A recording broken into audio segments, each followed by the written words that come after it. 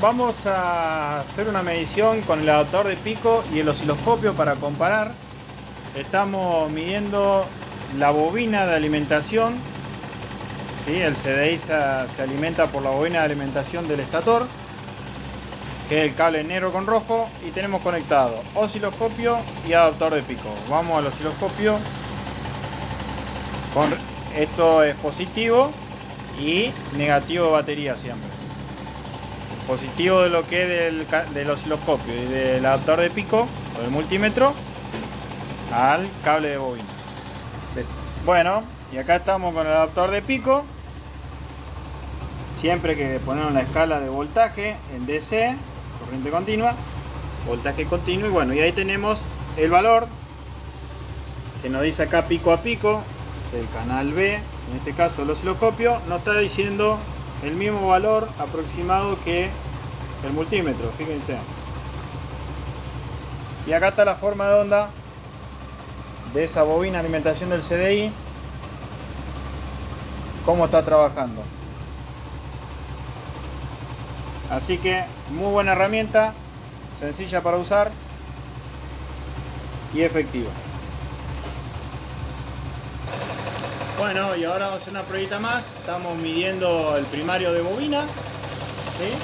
Así que vamos al osciloscopio ahora, con respecto siempre a negativo batería. Bueno, y fíjense en acá que no pasa lo mismo como veíamos en la bobina de alimentación. Fíjense en que arriba tenemos el pico a pico, y si seguimos acá el renglón nos dice 360, 370 volt de pico a pico, y el multímetro con el adaptador de pico nos está diciendo 223 volt. ¿Esto por qué es? Porque acá en el adaptador de pico tenemos un puente rectificador, acuérdense. Entonces, como esta señal, si vamos al caso, es alterna, porque estamos viendo picos positivos y picos negativos, cuando pasan por el puente rectificador va a tomar la señal más alta en voltaje. En este caso, fíjense en que tenemos voltaje negativo mayor que voltaje positivo, siempre con respecto hablando del 0 volt. Es decir, en este caso, si vamos acá está el 0 volt, ¿sí? Bueno, dicho esto, vamos a ver entonces el pico negativo, ¿sí? Si seguimos, nos da menos 230 volt aproximadamente, y acá nos está marcando el mismo valor, 220 volt.